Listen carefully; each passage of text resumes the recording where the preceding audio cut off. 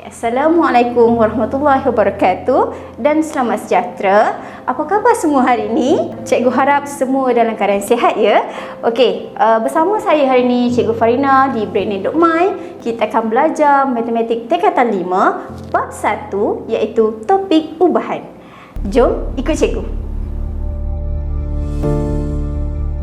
Dalam topik ubahan ini, kita akan ada 3 perkara yang kamu akan pelajari, iaitu yang pertama, ubahan langsung, yang kedua, ubahan songsang dan yang ketiga, ubahan bergabung. Sekarang ni, kita akan lihat bahagian yang pertama, iaitu ubahan langsung. Okey, awak boleh nampak seorang tukang masak. Okay, seorang tukang masak ni, dia bila nak masak, dia mesti kena tahu bahan yang digunakan mengikut bilangan hidangan. Betul tak? Okey, so sebagai contohnya, beliau menggunakan 5 cawan beras untuk 10 hidangan, 10 cawan beras untuk 20 hidangan dan 15 cawan beras untuk 30 hidangan dan yang seterusnya. Jika disusun data-data ni dalam bentuk jadual, kita boleh nampak ada satu situasi perkadaran. Okey, maksudnya apabila bilangan cawan beras meningkat, bilangan hidangan juga akan bertambah dengan kadar yang sama. Inilah yang kita panggil sebagai ubahan langsung yang selalu kita guna dalam kehidupan harian yang kita tak sedari. Sekarang, kita akan lihat ubahan langsung dengan lebih terperinci. Ubahan langsung ni secara umumnya merujuk kepada 2 pemboleh ubah, iaitu X dan Y.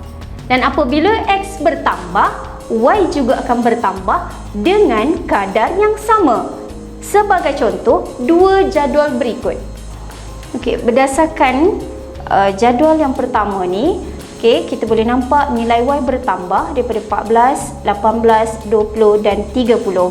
Nilai X juga bertambah, okey, daripada nombor 2, 3, 4 dan 5. Jadual kedua juga menunjukkan pertambahan Y dan juga X. Tetapi apakah bezanya?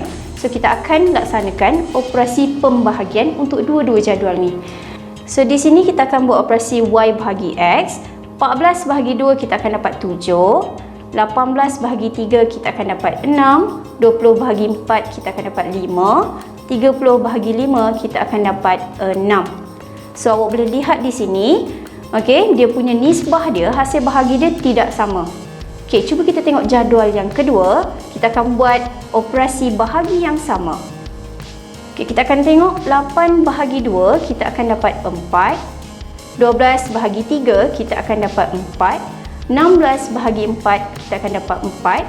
20 bahagi 5, kita pun akan dapat 4. So, apakah bezanya? Jadual yang pertama, awak akan nampak hasil bahagi menghasilkan nombor yang tidak sama.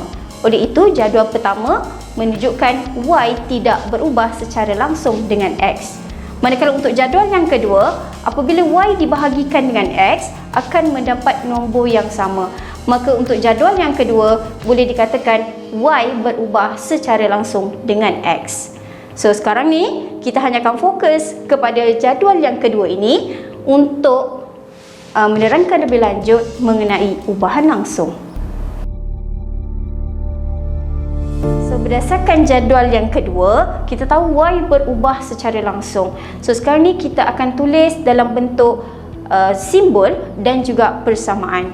Okey, yang pertama, awak akan nampak perkataan Y berubah. So, highlightkan perkataan berubah tu. Okey, gantikan dengan simbol ikan. Kita nampak simbol ikan dekat sini. Dan Y berada di depan, X berada di belakang. So, simbol ini mewakili Y berubah secara langsung dengan X. Dan kemudian step yang kedua, bila nampak ikan, terus buat sama dengan K. So, boleh tengok dekat sini, daripada ikan kita bawa turun ke bawah jadi sama dengan K. Dan Y tulis balik di depan, X tulis balik di belakang.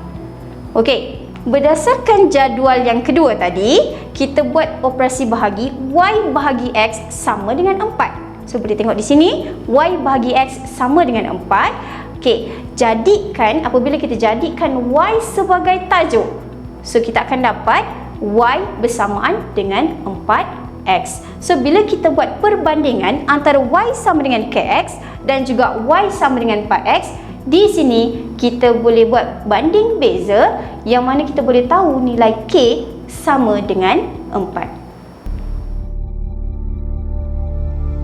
Dan daripada jadual di atas juga, kita boleh plotkan dalam sata kartes iaitu graf Y melawan X.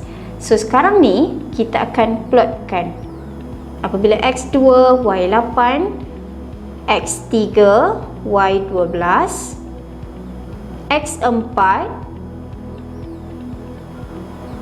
dengan Y16 dan X5, Y20.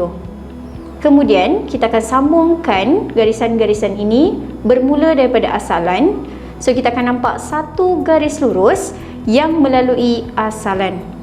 Okey, seperti yang telah kamu pelajari semasa di tingkatan 3 dalam bab yang ke-9, topik garis lurus iaitu persamaan asas garis lurus adalah Y sama dengan MX tambah C.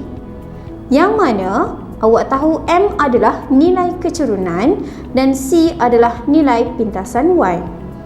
Dan jika dibandingkan persamaan yang kamu perolehi tadi, Y sama dengan 4X, kamu akan mendapati bahawa keturunan adalah 4.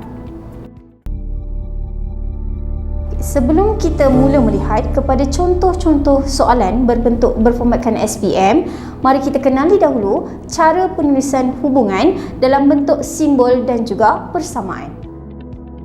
Okey, berdasarkan jadual yang diberikan, so kita akan mula mengenal pasti kata kunci dan teknik menulis ubahan dalam bentuk simbol dan juga persamaan. So yang pertama kita akan tengok kaedah menulis dalam bentuk simbol. Yang pertama, apabila awak nampak perkataan berubah. Okey, bila nampak perkataan berubah, terus buat simbol ikan. Dan Y di depan kita akan kekalkan dia berada di depan dan yang belakang ni X kita letak di sebelah dia. Bila secara langsung automatik dia berada di sebelah. Okey, Y berubah secara langsung dengan X. Untuk contoh yang kedua, sama juga.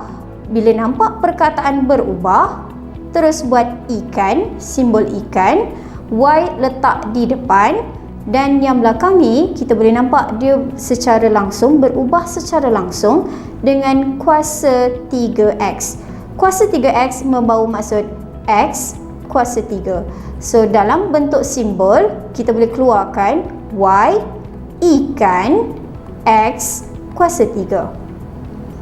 Dan yang ketiga sama juga, awak boleh nampak di sini perkataan berubah, terus buat ikan, Y masih lagi di depan, berubah secara langsung dengan yang belakang dia kita boleh nampak punca kuasa 2X, simbol dia adalah X punca kuasa 2. So bila kita keluarkan dalam bentuk simbol, Y di depan, ikan punca kuasa 2X.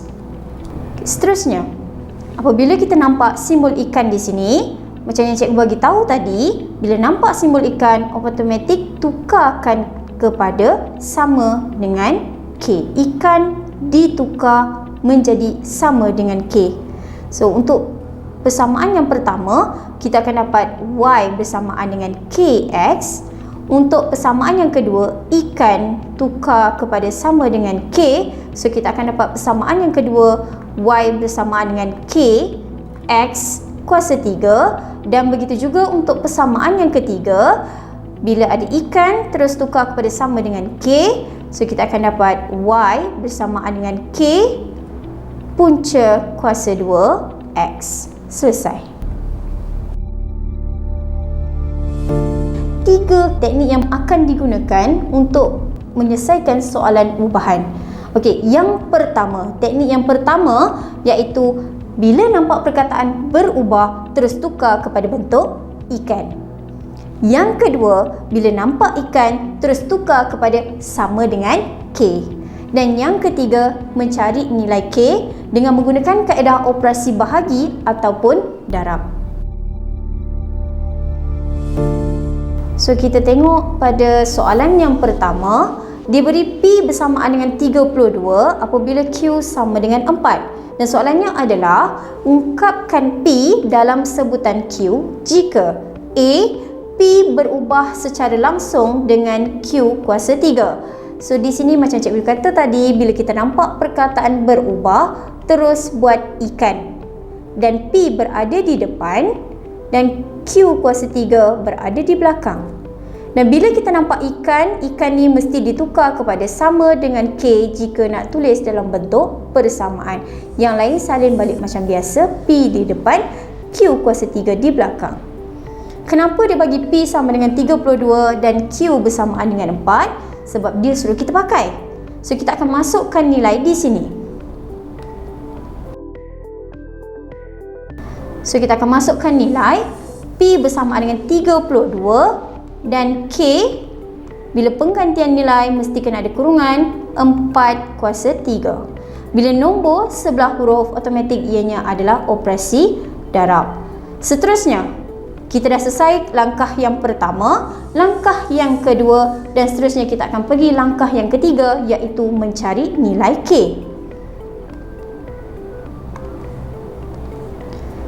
Dan apabila kita nak mencari nilai K mesti sorang-sorang. So apabila K sorang-sorang, kita akan pindahkan 4 kuasa 3 ke belah kiri. So darab pindah sebelah akan jadi bahagi. So kita akan dapat K bersamaan dengan 32 bahagi 4 kuasa 3. So sekarang ni cikgu ada satu lagi kaedah lebih mudah untuk mencari nilai K dengan menggunakan kalkulator. Okay, yang pertama apa yang perlu buat adalah awak type semua persamaan tadi di dalam kalkulator, iaitu 32. Untuk dapatkan sama dengan, kita akan tekan alpha CALC untuk dapat kayu warna merah.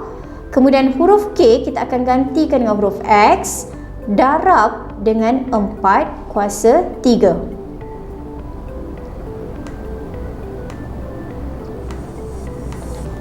Okey, untuk mencari nilai X, so kita akan buat shift calculate sebanyak 2 kali. So kita akan dapat jawapan terus K bersamaan dengan 1/2. So kita akan dapat jawapan akhir K bersamaan dengan 0.5 ataupun 1/2. So sekarang ni dia nak awak tuliskan, ungkapkan P dalam sebutan Q, bukannya nilai K. So kita akan tulis balik jawapan P bersamaan dengan 1/2 Q kuasa 3. Selesai. Seterusnya, kita akan tengok kepada contoh yang kedua, soalan B. P berubah secara langsung dengan punca kuasa 2Q. So, step yang sama, langkah yang sama. Bila nampak perkataan berubah, kita akan buat ikan, P di depan, dan yang belakang kita ada punca kuasa 2Q. Step yang kedua, bila ada ikan, terus buat sama dengan K, yang mana P di depan dan punca kuasa Q di belakang.